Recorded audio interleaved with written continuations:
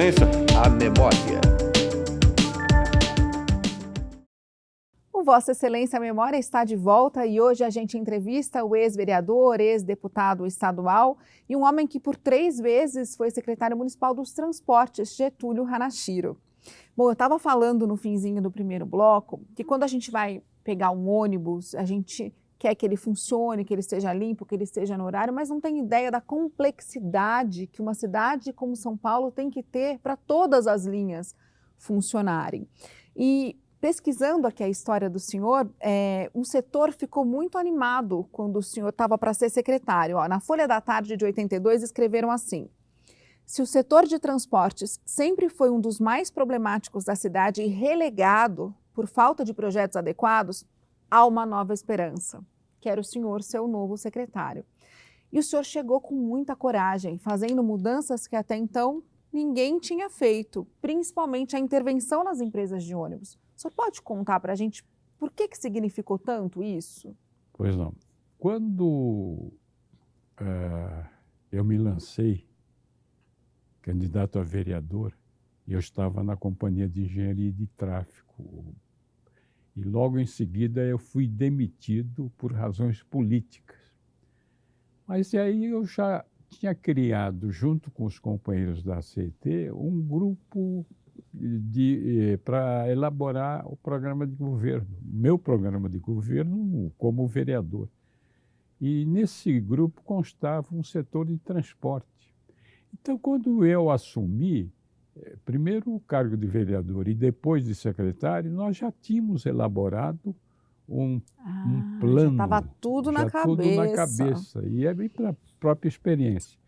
No tocante à intervenção que você menciona, isso é muito importante. Dois elementos que eu considero básico na gestão do Mário Covas como prefeito e eu era o secretário.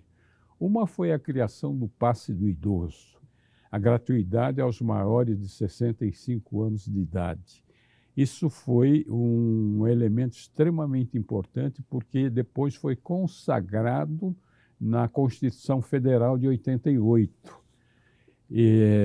Inclusive, graças a esta criação, nós pudemos começar a organizar grupo da terceira idade para a Constituinte. Não é? Quando eu fui depois para o metrô, para a Secretaria dos Negócios Metropolitanos, nós criamos grupo que debatia os problemas que se debateria na Constituinte. Bom, a intervenção se deu porque, num determinado momento, as empresas de ônibus publicaram, o sindicato publicou um anúncio dizendo que eles iriam paralisar os sistemas, iriam fazer lookout, porque a Prefeitura de São Paulo não pagava a gratuidade dos idosos aos empresários, às empresas. E, na verdade, realmente nós não pagávamos. Por quê? Porque nós fizemos uma pesquisa e constatamos que apenas 10% das pessoas com mais de 65 anos de idade trabalhavam. Portanto, os demais iriam viajar num horário fora do pico, ou seja, no momento ocioso do sistema. Então, fala, se está numa ociosidade, não há por que você remunerar, porque não vai causar nenhum custo adicional. E aí eles publicaram esse anúncio, ameaçando realmente parar a cidade. Imediatamente fui acionado pelo prefeito diante desse anúncio e ele perguntou para mim, e aí, o que nós vamos fazer? Olha, só tem uma saída, intervir no sistema. Isso foi às 10 horas da manhã. Às 6 horas da tarde, nós interviemos em 13 empresas em São Paulo do sistema, total de 23 empresas. Tá certo? Nós mobilizamos em menos de 6 horas 1.200 funcionários da antiga CMTC para gerenciar essa intervenção. Foi uma intervenção com um sucesso absoluto que nós ganhamos todas as causas que o sistema, que o sindicato interpôs na justiça contra o poder público. E essa intervenção, então, nós conseguimos sufocar o blackout e, ao mesmo tempo, garantir o passe do idoso. Foi uma coisa sui generis no país. Foi a maior intervenção feita no sistema de transporte público no Brasil.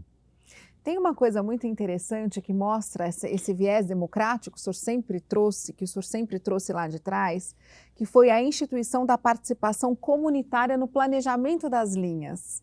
Ou seja, o cidadão podendo opinar no funcionamento ali dos ônibus. Como é que o senhor implantou isso? Veja, a administração do prefeito Mário Covas, e ele era um democrático muito grande, um democrata muito grande, e nós também sempre participamos desse processo, não é? No sentido de engajar a população na conscientização, em primeiro lugar, dos seus problemas e depois na solução.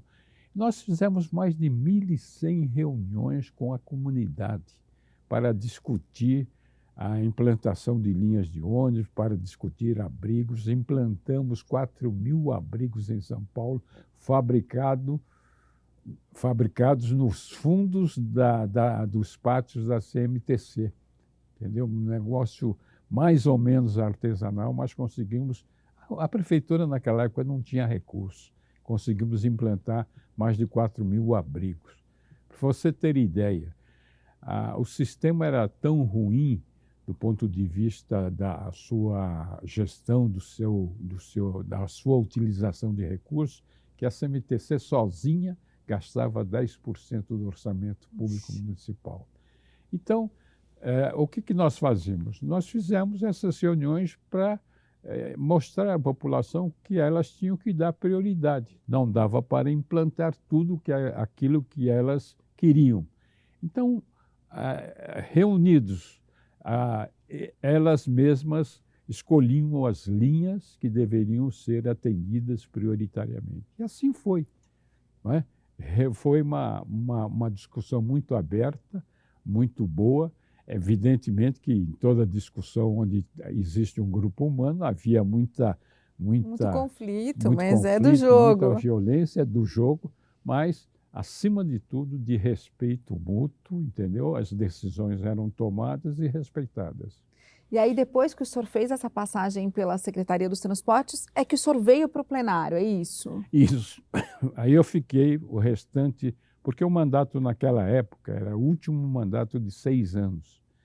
Eu fiquei na Câmara, na Secretaria Municipal de Transporte até o final do governo do prefeito Mário Covas, 85. E de 85 e 86 eu reassumi a minha cadeira aqui na Câmara Municipal. E teve um projeto que o senhor instituiu aqui, que foi a Câmara de Compensação Tarifária, que o senhor falava que retirava todo e qualquer estímulo à corrupção. Por quê? Na verdade, era uma tentativa de você pegar todo o recurso, toda a arrecadação do sistema, porque haviam ônibus que operavam linhas boas e linhas ruins. Então, evidentemente que nenhuma empresa quer operar as linhas que eu diria que mais não é vazias, filé mignon, por exemplo. Tá. Que é o osso do sistema. Então, para compensar, as linhas boas deveriam dar uma contribuição a este fundo, que depois era repartido de tal forma que houvesse um pouquinho mais de homogeneidade no ressarcimento, na remuneração das empresas de ônibus. Posteriormente, isso foi mudado porque se alterou todo o sistema através da municipalização do transporte, onde a remuneração passou a ser pelo custo, não é? E que, infelizmente, nós chegamos num patamar muito alto de subsídio. Hoje a prefeitura gasta cerca de 3 bilhões de reais por ano, não é?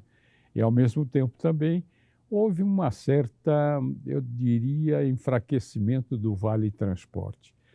Naquela época, nós, junto com o governo federal, participamos da criação do Vale Transporte. E naquela época o Vale Transporte ainda não era obrigatório, era facultativo.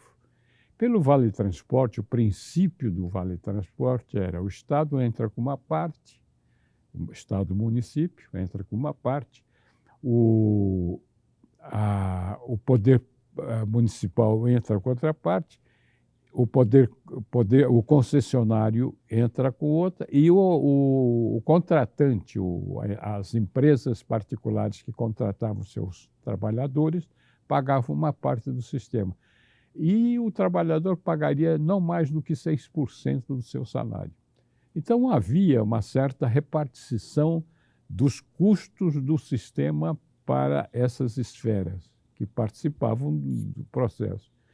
Com a municipalização, com a retirada de tudo isso, acabou que, na verdade, beneficiou, evidentemente, o usuário, né, e mais prejudicou o usuário indiretamente através do subsídio que a prefeitura tem que dar.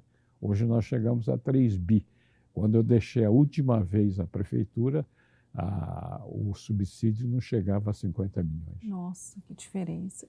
Vou pedir licença aqui para o senhor para fazer um recorte no tempo, porque o nosso programa já está indo para o final. Saindo aqui da Câmara, o senhor foi para a Lesp, ser deputado constituinte. O tempo passou lá na frente, na década de 90, o senhor se filiou ao partido do Maluf. O senhor sofreu uma crítica que eu achei muito interessante a resposta que o senhor deu para a época. Porque o senhor disse que sempre seria de esquerda, e aí indagaram o senhor, mas o senhor está indo para o partido do Maluf. Aí o senhor respondeu assim, mas eu pertenço à esquerda inteligente e não à esquerda sectária que resiste à modernidade. E eu achei genial essa resposta. O senhor ainda pensa assim? Penso. Às vezes, quando eu vejo os debates atuais, eleitorais, eu vejo realmente muito sectarismo, não é?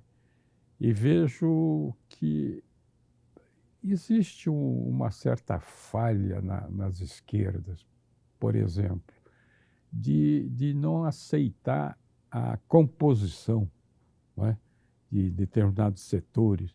Por exemplo, eu considero que realmente você tem que buscar um entendimento.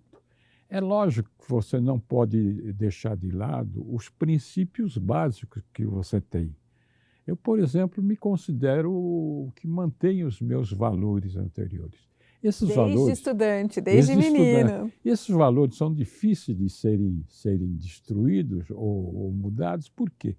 Porque são valores que vêm da família, sobretudo dos meus pais, e junto com a família ampliada, né? Eu tive uma convivência muito grande com os primos, com coisas, e então existe uma solidariedade, uma fraternidade, que isso é importante na política.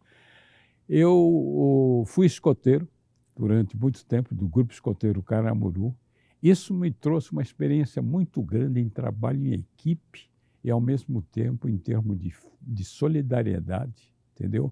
De justiça social. E fui também muito ativo no movimento estudantil, onde eu conheci a desigualdade, conheci todo esse processo, não é? Então, eu mantenho esses valores. Esses valores, eu diria que estão muito mais próximos da esquerda do que da direita, não é? E, por isso, a minha luta continua sendo a mesma, não é? Se tiver que sobretudo, eu aceitei o convite do Maluf, eu disse na época, porque ele me convidou como técnico, né? E convidou sem impor nenhuma condição. Eu falei, eu só vou para lá se não for rainha da Inglaterra. Porque era muito comum, você nomear, por exemplo, secretário municipal de transportes, mas o presidente da CMTC e da CET era nomeado por ele para premiar algum outro partido. Falei, era um cargo político. Exatamente. Eu quero a secretaria íntegra. Quer dizer, eu não quero ser rainha da Inglaterra, porque eu sabia que a Secretaria Municipal de Transporte, sem seus braços operacionais, não era nada. De modo que eu continuo nessa perspectiva, nessa linha. Tenho, eu diria, uma posição, uma postura humanitária. Não é? lastimo profundamente essa guerra da Rússia, não é? Com a Ucrânia, não é? Lastimo profundamente todo o clima que envolve ainda a parte da Arábia, do Sudeste Asiático, do Sudão, da África. Não é? E eu acho que nós temos uma luta muito grande, né, a vencer no Brasil, que é, sobretudo, a desigualdade social. Essa desigualdade, ao invés de diminuir, está aumentando cada vez mais. Não é? No Brasil, no Haiti, na América Central, só por falar só na América Latina, não é? Ao invés de nós diminuirmos com o progresso da ciência, com o progresso da humanidade, nós estamos aumentando essa desigualdade. Não é? Então, eu mantenho aceso essa chama que eu adquiri, eu não diria nem na juventude, desde criança com os meus pais. Que bom saber disso, que bom que o senhor trouxe esses valores aqui para o plenário da Câmara. Muito obrigada por essa entrevista. Nosso escoteiro democrático, sempre democrático. Muito obrigado, eu que lhe agradeço. Obrigada por todas essas contribuições. Obrigado. Volte sempre para o nosso plenário. E você também acompanhe sempre a gente aqui no Vossa Excelência Memória. Muito obrigada pela sua audiência. Até a semana que vem. Tchau.